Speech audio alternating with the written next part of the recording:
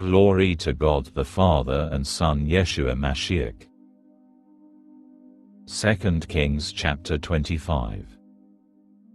So in the 9th year of his reign, in the 10th month, on the 10th day of the month, Nebuchadnezzar king of Babel marched against Jerusalem with his entire army.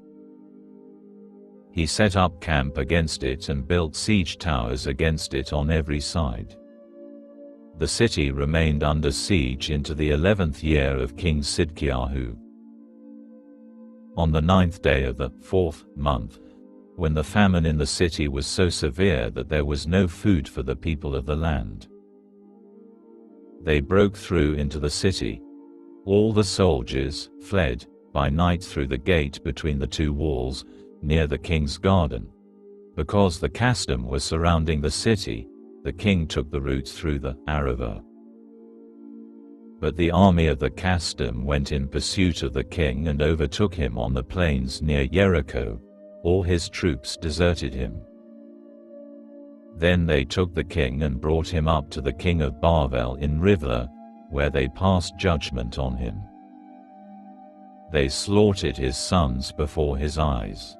Then they put out Sidkiyahu's eyes, bound him in chains and carried him off to Babel.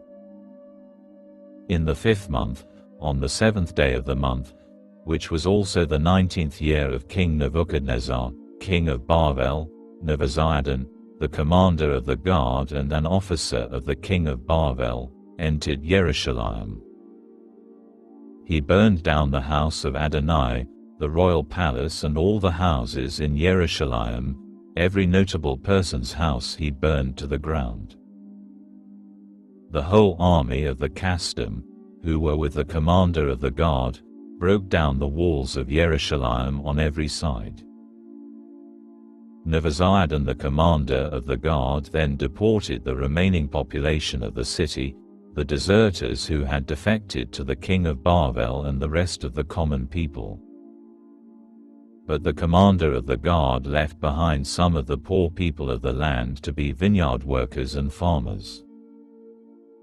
The custom smashed the bronze columns in the house of Adonai, also the trolleys and bronze sea that were in the house of Adonai, and carried their bronze to Babel. They also took away the pots, shovels, snuffers, pans, and all the bronze articles that had been used for worship. The commander of the guard took the censers, the sprinkling bowls, everything made of gold and everything made of silver. The bronze in the 2 columns, the 1 sea and the bases, all of which Shlomo had made for the house of Adonai, was more than could be weighed. The height of 1 column was 31.5 feet. On it was a capital of bronze 5.25 feet high, with netting and pomegranates all around the capital, all of bronze. The 2nd column was similar, also with netting. The commander of the guard took prisoner Seraiah the chief Cohen, Zechariah the 2nd-ranking Cohen and 3 doorkeepers.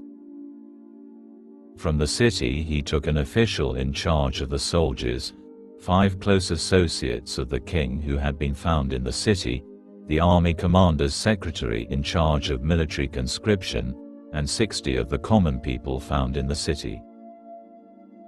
Nebuzaradan the commander of the guard took them and brought them to the king of Babel in Rivlah. There in Rivlah, in the land of Hamath, the king of Babel had them put to death. Thus Yehuda was carried away captive out of his land. The governorship of Gedaliah.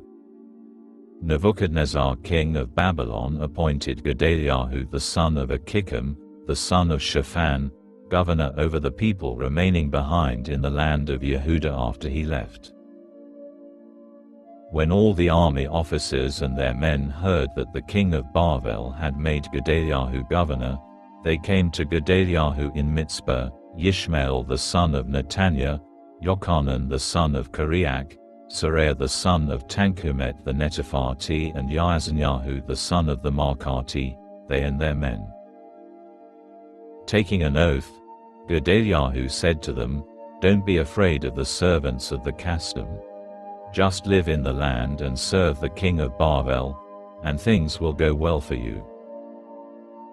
But in the 7th month Ishmael the son of Netaniah, the son of Elishama, of royal blood, came with 10 men and assassinated Gedaliah and the Judeans and Casdim, who were with him in Mizpah. In the wake of this, all kinds of people, great and small, as well as the army officers, set out and went to Egypt, because they were afraid of the Casdim. Jehoiachin lifted up out of prison in Babylon. In the 37th year of the captivity of Jehoiachin king of Yehuda, in the 12th month on the 27th day of the month, Evil-Merodach began his reign as king of Babel, and in his 1st year he commuted the sentence of Jehoiachin king of Yehuda and released him from prison. He treated him with kindness and gave him a throne higher than those of the other kings there with him in Bavel. So Jehoiachin no longer had to wear prison clothes. Moreover, he was provided with food as long as he lived. And he was granted a daily allowance by the king to spend on his other needs for as long as he lived.